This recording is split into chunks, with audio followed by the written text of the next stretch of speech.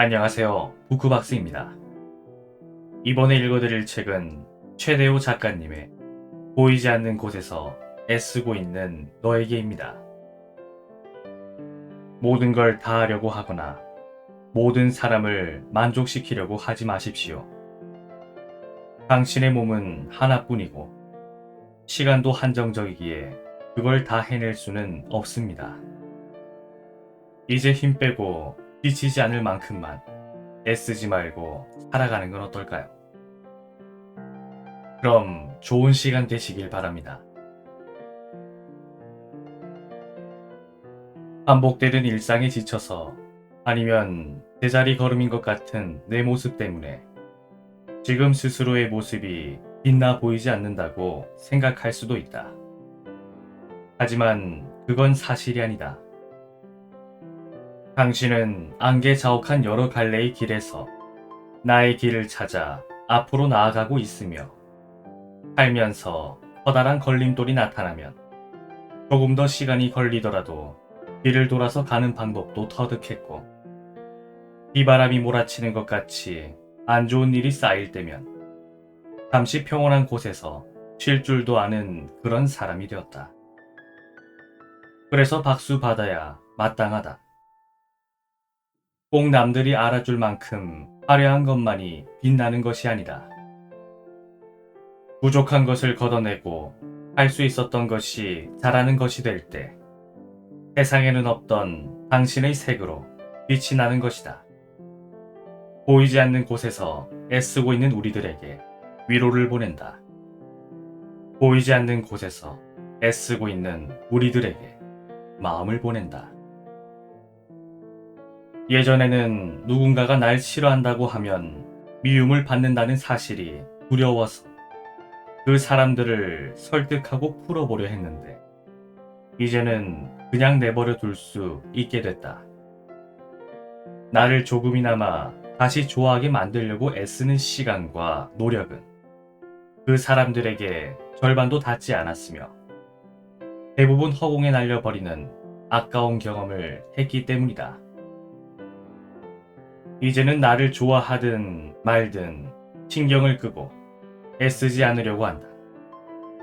이것이 내가 생각한 현명한 방법이다. 더 나아가 최고의 방법은 그 사람의 마음을 돌리는데 드는 에너지를 나를 더 사랑하는데 쓰는 것이다. 내가 나를 사랑하는 게 바탕이 되어야 누가 뭐래도 올바르고 좋은 길로 더 오래 걸을 수 있으니까. 우리는 행복을 참 어렵게만 생각한다. 행복은 오랜 준비 끝에 합격을 하거나 남들이 다 놀랄 만큼 대단한 걸 이뤄내거나 아니면 평소에 하지 못했던 것을 해내야 찾아오는 것은 아닌데 말이다. 작은 일도 내가 알아봐주면 행복이 될 수 있다. 무슨 일이든 행복이라고 이름 붙이면 정말 그렇게 된다는 말이다. 오늘 하루는 행복했어 라고 말하는 사람과 오늘은 그냥 그랬어 라고 말하는 사람이 각자 잠자리에 들 때 기분은 매우 다르다. 그 서로 다른 기분은 다음날까지 이어진다. 오늘은 어떻게 보냈느냐가 내일을 어떤 기분으로 시작할 수 있는지를 정해주기 때문에 잠들기 전 기분은 아주 중요하다. 둘의 하루가 똑같았다고 가정했을 때 한 사람은 오늘 있었던 수십 가지의 일에 행복이라고 이름 붙였고 다른 사람은 그러지 못한 것이다. 지금까지 행복을 어렵게만 생각했다면 그 허들을 스스로 낮춰보자. 내 삶은 내 기준이니까 허들은 아무리 낮춘다고 해도 문제될 건 없다. 별것 아닌 일도 행복하다고 생각해보자. 이런 마음가짐이 습관이 되고 그 습관은 평소 알아봐주지 못했던 일상의 행복들을 찾게 해준다. 오래가는 사람들의 사이에는 항상 틈이 있다. 어느 한쪽이 지쳐서 흔들릴 때 부딪히지 않을 수 있는 정도의 여유가 있는 작은 틈말이다. 급속도로 가까워질 때면 모든 걸 알고 싶고 모든 걸 공유하고 싶은 마음이 든다. 그 마음은 애정에서 오는 지극히 정상적인 욕구지만 단순히 순간 함께 하는 게 아니라 삶의 일부분을 공유하며 보내기 위해서는 서로를 위한 조금의 거리가 있어야 한다. 너무 모든 걸 공유하게 되면 오히려 빠르게 실증이 나거나 답답하다는 생각이 조금씩 생겨나게 된다. 나랑 잘 맞고 소중했던 사람과 너무 빠르게 가까워진 탓에 자유로울 수 있는 틈을 잃어버려 그 사람과의 관계가 소원해진 경험이 있는 사람도 있을 것이다. 우리 이제는 그런 실수를 반복하면 안 된다. 좋은 사람은 흔하지 않으니까. 인생 선배님들께 비할 바는 아니지만 나 역시 나이를 먹을수록 마음을 열고 누군가를 받아들인다는 것이 어려워진다. 과거에는 아는 지인이나 친구 약속이 많은 게 좋은 건 줄로만 알았는데 지금은 그렇지가 않다. 한번 연이 이어지고 나면 그 사람의 상태에 따라 내가 어떤 태도를 보여야 하는지, 어떻게 챙겨야 하는지, 이런 문제를 생각하는 것만으로도 큰 에너지가 쓰이기 때문이다. 어렸을 때에 비해 일이며 가족이며 신경 쓸 게 훨씬 많아졌다. 이제는 그럴 여력이 없는데 애매한 사이의 사람들에게 그동안 얼마나 많은 에너지를 쓰고 또 노력을 했는지 모른다. 그리고 결국엔 멀어졌다. 몇 년 지나면 잊혀질 사람들에게 너무 많은 시간과 마음을 썼다. 아무리 작은 관계도 신중하게 맺자. 그보다 더 중요한 건 내 옆에 있는 사람을 더 신경 쓰는 것이다. 잘할 필요까지도 없다. 밀어내도 멀어지지 못하고 노력해도 가까워지기 힘든 게 인간관계라고 생각한다. 내 할 일 잘하면서 얼굴 보고 서로 사는 얘기하는 동안에 최선을 다하자.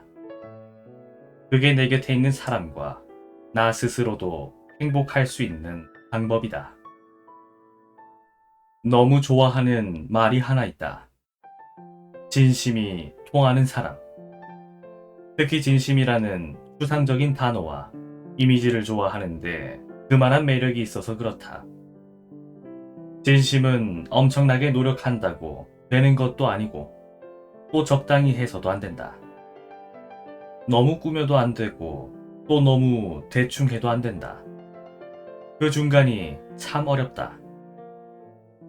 사람과 사람 사이엔 아주 미묘한 선이 있는데 두 사람 모두의 마음이 그 선에 닿으면 그제야 진심이 통하게 된다. 결이 맞는 사람이란 그렇게 어려운 진심이 자주 통하는 사이다. 그런 사람들은 절대 놓치지 않아야 한다. 나를 조금 실망시킨다고 할지라도 너그러이 용서해야 한다. 살면서 매우 찾기 힘든 사람들이고 결국에는 나한테 큰 도움이 될 사람들이다. 특히 심적으로. 좋은 관계로 지내는 사람이 많으면 많을수록 단단한 사람이 된다. 관계라는 것이 이루어지려면 두 사람이 같은 마음이어야 한다.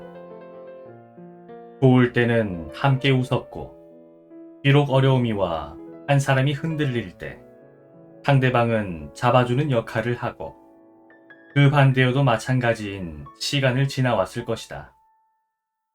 그런 사람은 잡아주고 버텨주는 주변의 좋은 사람 덕분에 어떤 어려움이 생겨도 전처럼 흔들리지 않고 그 시간을 보낼 수 있게 되며 경험하면 할수록 흔들림은 작아질 것이다. 마음이 기댈 곳이 있으며 생각이 단단하고 주변을 닮아 좋은 사람이 된다. 강연이 끝나면 이런저런 질문을 받는데 그중 슬럼프에 대한 질문도 많다. 작가님은 슬럼프가 왔을 때 어떻게 이겨내시나요? 같은 질문인데 대답하기가 쉽지만은 않다. 작가 일을 하면서 슬럼프는 자주 찾아왔다. 글이 잘 써지지 않을 때나 책의 성적이 좋지 못할 때, 그리고 내가 잘하고 있는 건가 하는 생각이 드는 경우들이 그렇다. 그렇다면 내가 힘든 날이 이어질 때 어떻게 대처했는지를 생각해봤다. 첫 번째로는 그 생각을 계속하지 않으려고 했다. 가벼운 웃음이 있는 영상을 보거나 나를 응원하는 사람들을 떠올렸다. 두 번째는 자기 객관하에 노력했다. 사람의 능력은 모두 다르니 내가 잘할 수 있는 것을 찾았고, 어떻게 하면 이 시기를 잘 해결할 수 있을까 생각했다. 과거에 우울하다, 어렵다라고 생각할수록 정말로 상황이 그렇게만 흘러갔던 경험이 있기에 나쁜 생각은 단절하고 조금이라도 나아질 수 있는 것에 집중했다. 슬럼프는 누구에게나 온다. 그런데 그 시간을 나의 발전을 위해서 쓰는가, 아니면 상황을 탓하고 나를 미워하는 데 쓰는가의 차이가 있다.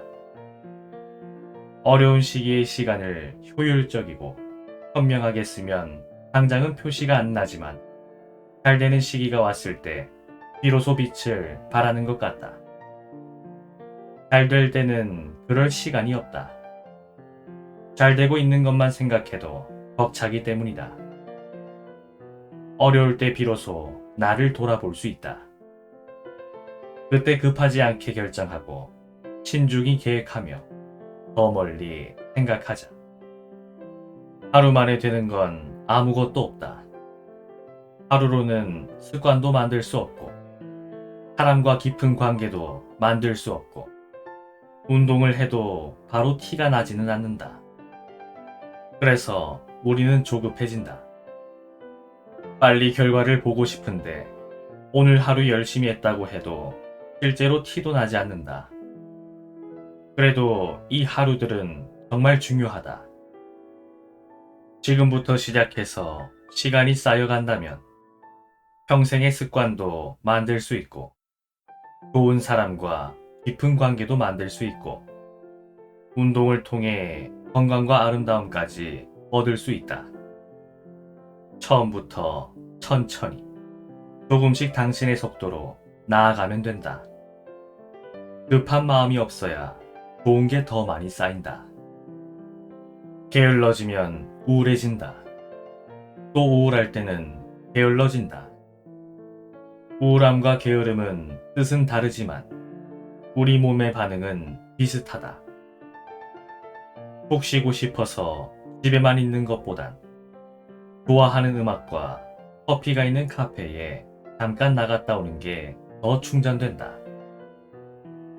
접이식 의자를 들고 가까운 곳에서 자연을 보며 바람을 쐬는 것도 집에만 있는 것보다는 도움이 된다. 이처럼 무조건 가만히 있는 것보다는 내가 좋아하는 것을 하는 것이 충전이 더 빠르다. 나도 그런 경험이 있다. 약속이 있을 때 20분만 일찍 도착하면 주변의 옷가게나 액세서리 가게를 둘러보기만 해도 재미있고 활기가 돈다.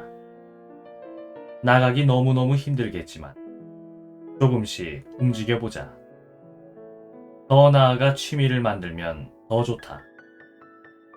우리는 집에서 가만히 쉬는 게 휴식이라고 생각해왔지만 그런 휴식보다 더 좋은 건 따로 있다.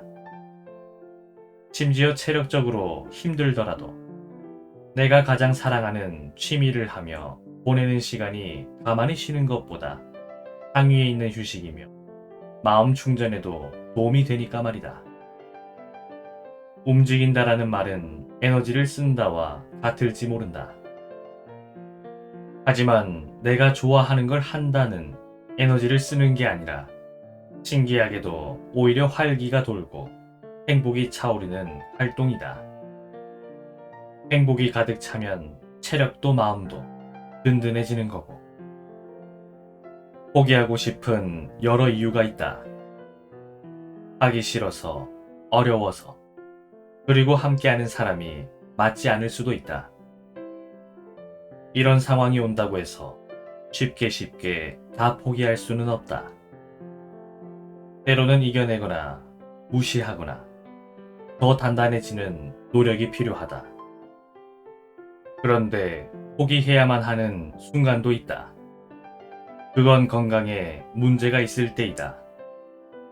이건 포기를 고민해야 하는 상황이 아니다. 잠시 멈추거나 아예 그만해야 하는 비상신호이다. 쉬는 날이거나 편한 사람을 만나거나 충분히 행복할 만한 상황에도 계속해서 우울하고 몸이 아프고 악몽을 꾸는 등의 매일 괴로운 상황에 있다면 그땐 그만하자. 그 어떤 것도 몸이 망가지면서까지 해내야 할 일은 결코 없다.